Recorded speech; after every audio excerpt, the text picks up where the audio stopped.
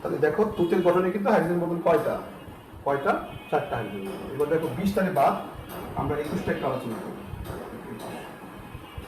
21 নম্বরটা দেখো একটু সবাই।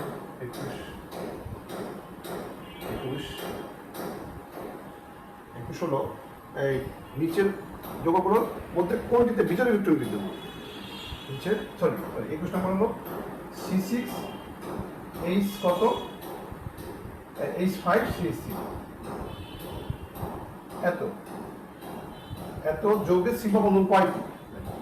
এত যৌগে কি সিগমা বন্ধন কয়টি? আচ্ছা, আমরা অপশনগুলো লিখি। ক দেখো, ক হলো কয়টি?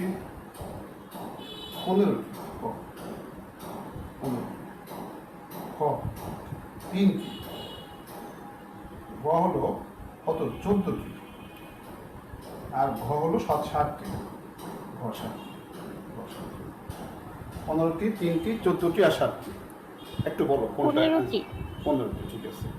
15টি অ্যান্সার হবে না। কীভাবে দেখো তো, আমরা এর একটু, আমরা কিন্তু এটা স্ট্রাকচারটা এরকম না, এভাবে লিখি, এভাবে লিখি। তবে আরো ভাঙ্গে লিখি, আমরা একদম ভাঙ্গে লিখি, তাহলে তোমাদের হিসাবটা করতে সুবিধা হবে। কীভাবে লিখবো ভাঙ্গে? এই যে সি, এই যে সি, এই যে সি, এই যে সি, দেখো এই যে সি, ঠিক আছে। এই যে এইচ, এই যে এইচ, এইচ, এইচ, ঠিক আছে। এটা কি দ্বিবন্ধন, এটা দ্বিবন্ধন, এটা দ্বিবন্ধন। এবার হিসাব করে দেখো এখানে 15টা হয় কিনা। এবার হিসাব করে দেখো এখানে 15টা হবে কয়টা? এখানে চক্রের মধ্যে 6টা আছে, 7টা, 8টা, 9টা, 10টা, 11টা, 12টা, 13, 14, 15টা।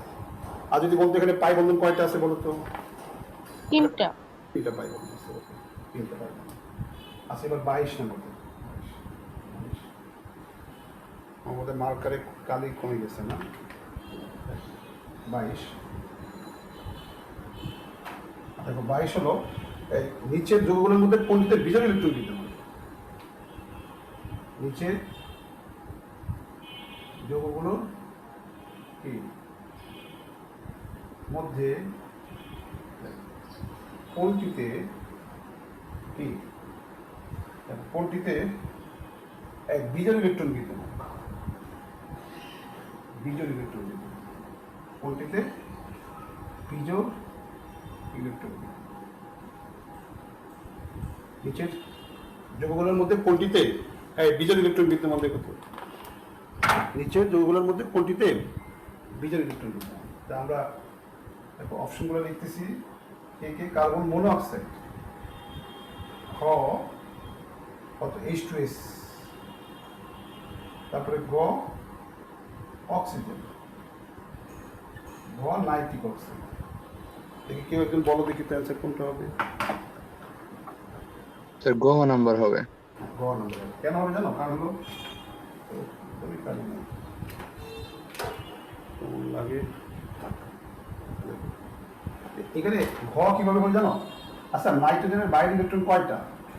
3টে, কিন্তু একটা মুক্ত যোগ, একটা যোগ, এই একটা বিজোড়, এই একটা বিজোড়, একটা বিজোড়, 3টা বিজোড়। ওকে, একটা এটা হলো লোন পেয়ার, এটা লোন পেয়ার, এগুলো বিজোড়। আবার অক্সিজেনের কি এই বিজোড়টা জোর হয়েছে, এই বিজোড়টা জোর হয়েছে, আর অক্সিজেনের এই একটা জোর, একটা জোর। দেখো তো, এই হলো নাইট্রিক অক্সাইড। দেখো তাহলে একটা মুক্ত জোর, একটা মুক্ত জোর, একটা মুক্ত জোর। আর এটা কি ইলেকট্রন? এটা কি ইলেকট্রন? বিজোড় ইলেকট্রন। এটা কি ইলেকট্রন? এই যে বিজোড় ইলেকট্রন, এটা বিজোড় ইলেকট্রন। শেষ।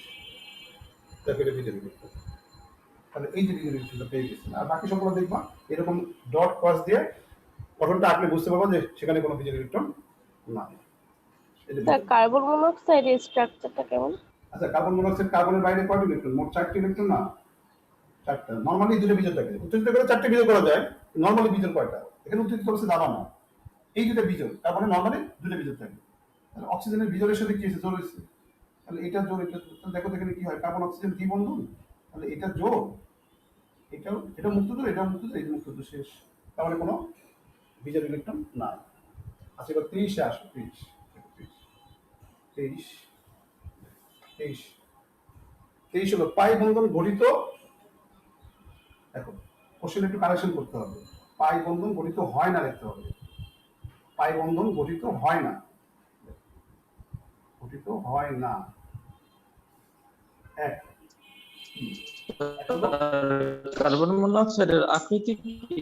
আকৃতি তো শুনো, আকৃতি আনতে কখন জানো, যখন অনুতে কখনো দুইয়ের বেশি হয়, এটা সরলরৈখিক আকৃতি। দ্বিপরমাণু তো সবাই সরলরৈখিক, যখনই পরমাণু সংখ্যা দুইয়ের বেশি হয় তখন আমাদের আকৃতিটা চিন্তা করতে হবে। এখানে আকৃতি সবসময় সরলরৈখিক হবে। স্যার কার্বন মনোক্সাইডে বন্ধন জোড় দুইটা হ্যাঁ, বন্ধন জোড় দুইটাই অবশ্যই। আচ্ছা আর মুক্ত তো তিনটা না? হ্যাঁ, মুক্ত তিনটা, হ্যাঁ তিনটা, আর কার্বনের একটা, অক্সিজেনের দুটো। আচ্ছা, দুই হলো পির সাথে পি, আর তিন হলো sp3 সাথে ওয়ান এস। দেখো sp3 সাথে ওয়ান এস, বলো নিচের কোনটি সঠিক, নিচের কোনটি সঠিক বলো, নিচের কোনটি সঠিক? 1-3 হবে না? হ্যাঁ, এক 3 হবে না? এক আর তিন হবে, কারণ এস অরবিটাল আর শঙ্কু অরবিটাল কখনো পাই বন্ধন তৈরি করে না, তাহলে এটা এটাতে অ্যান্সার করতে পারে। কারণ পিপি পাই পাই তৈরি করতে পারে। নিচের কোনটি সঠিক, নিচের কোনটি শেষ পারবো না, কারণ তোমরা মনে রাখবা শঙ্কু অরবিটাল এবং কি, শঙ্কু অরবিটাল এবং এস অরবিটাল কখনো পাই বন্ধন তৈরি করে না। আচ্ছা 24 দেখো, 24 না, আমার তো অবস্থা খারাপ। আচ্ছা, অষ্টক অপূর্ণ সমযোজী যৌগ হচ্ছে, দেখো অষ্টক অপূর্ণ সমযোজী যৌগ হচ্ছে, অষ্টক অপূর্ণ সমযোজী যৌগ হচ্ছে, অষ্টক অপূর্ণ কি সমযোজী যৌগ হচ্ছে, সমযোজী যৌগ হচ্ছে কি হবে, অষ্টক অপূর্ণ সমযোজী যৌগ হচ্ছে কি হবে, অষ্টক অপূর্ণ সমযোজী যৌগ হচ্ছে এক কে, এক এবং দুই হলো কি বেরিলিয়াম কোণ, আর তিন কোরন টাইফোন। আচ্ছা বলো তো কোনটা হবে आंसर, আমি সামনে না আগাই। Beryllium chloride. হ্যাঁ, বেরিলিয়াম ক্লোরাইড এটা হবে, এটাও তো হবে, কারণ বেরিলিয়ামের বাইরে দুটি ইলেকট্রন শেয়ার করে চারটা হয়েছে অষ্টক অপূর্ণ, বোরনের বাইরে তিনটি ইলেকট্রন শেয়ার করে ছয়টা হয়েছে অষ্টক অপূর্ণ, কিন্তু নাইট্রোজেনের কি বাইরে পাঁচটা ইলেকট্রন তিনটা পেয়ে অষ্টক অপূর্ণ হয়েছে। তাহলে অ্যান্সার কি হবে, এই দুটো অ্যান্সার হবে না, দেখো এই দুটো অ্যান্সার হবে। লাস্ট কোশ্চেন দেখো 25 দেখো লাস্ট কোশ্চেন 25 নিচের কোন যুগে সন্নিবেশ বন্ধন নাই, নিচের কোনটিতে সন্নিবেশ বন্ধন নাই, নিচের কোনটিতে সন্নিবেশ বন্ধন নাই, নিচের কোনটিতে, নিচের কোনটিতে সন্নিবেশ বন্ধন নাই, নিচের কোনটিতে সন্নিবেশ বন্ধন নাই, নিচের কোনটিতে সন্নিবেশ বন্ধন নাই, ক pH4 প্লাস, ক খ BF4 মাইনাস, না কলমে তো সমস্যা, আর গ দেখো CO3 ট্রুমেরিক, আর ঘ হলো H3 প্লাস, বল কোনটা হবে, CO3 টুমেরিক। CO3 ট্রুমেরিক হবে, ঠিক আছে।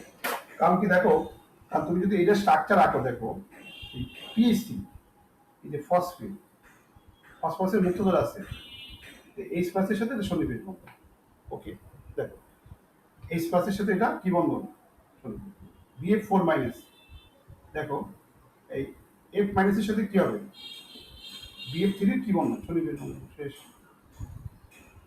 আর কার্বনেট আমরা জানি কার্বনেটের কি একটা দ্বিবন্ধন, না একদমই পারতেছি না, এই দেখো কার্বনের সাথে কি একটা অক্সিজেন দ্বিবন্ধন আর একটা সন্নিবেশ, না এগুলো হলো সমযোজী, আর এটা হলো কার্বনের তো 2 মাইনাস আছে, কার্বনের 2 মাইনাস, আর H3O প্লাস, দেখো H3O প্লাস কি হবে, হাইড্রোজেন আয়ন, এই যে অক্সিজেনের পাশে H কত, H এটা কি বন্ধন, এই সন্নিবেশ বন্ধন, দেখো সন্নিবেশ বন্ধন, এই যে লোন পেয়ার আছে একটা লোন পেয়ার দিয়ে সে সন্নিবেশ বন্ধন, এখানে সন্নিবেশ বন্ধন আছে, তাহলে নাই কোথায়, এখানে না। তাহলে মোটামুটি আমরা শেষ করলাম ওদের সবগুলোই, শুধু একটা কোশ্চেন বাকি রাখছি, সেটা হলো অজৈব যৌগের নামকরণ যে একটা কোশ্চেন, সেটা হলো কোশ্চেন নাম্বার 20। তো এটা বাদে আমি বাকি সবগুলো আলোচনা করছি। স্যার হ্যাঁ হ্যাঁ বলো। আর CH3COOH এর স্ট্রাকচারটা একটু আরেকবার বলেন না। CH3 C double H H. CH3 C double H এটা তো এটা এরকম এই কার্বনের সংকেত এরকম। আমি যদি আবার আরেকটা আঁকি উল্টা আঁকছি যে উল্টা আঁকছি মানে এরকম ভাবে আঁকছি এই তো। তাহলে এখানে কি হচ্ছে এটা মাইনাস এটা প্লাস এটা হাইড্রোজেন বলবো এটা স্যার প্লাস কার্বনের পাশে কি লিখছেন এটা? কার্বনের পাশে CH3 লিখছি অ্যাসিটিক অ্যাসিড মানে কি CH3 আছে না কার্বনের পাশে আর একটা অক্সিজেন দ্বিবন্ধন আর একটা অক্সিজেন একক বন্ধন আর এই অক্সিজেন হাইড্রোজেনের সাথে একটা বন্ধন হয়েছে। ওকে তাহলে থ্যাংক ইউ সবাইকে।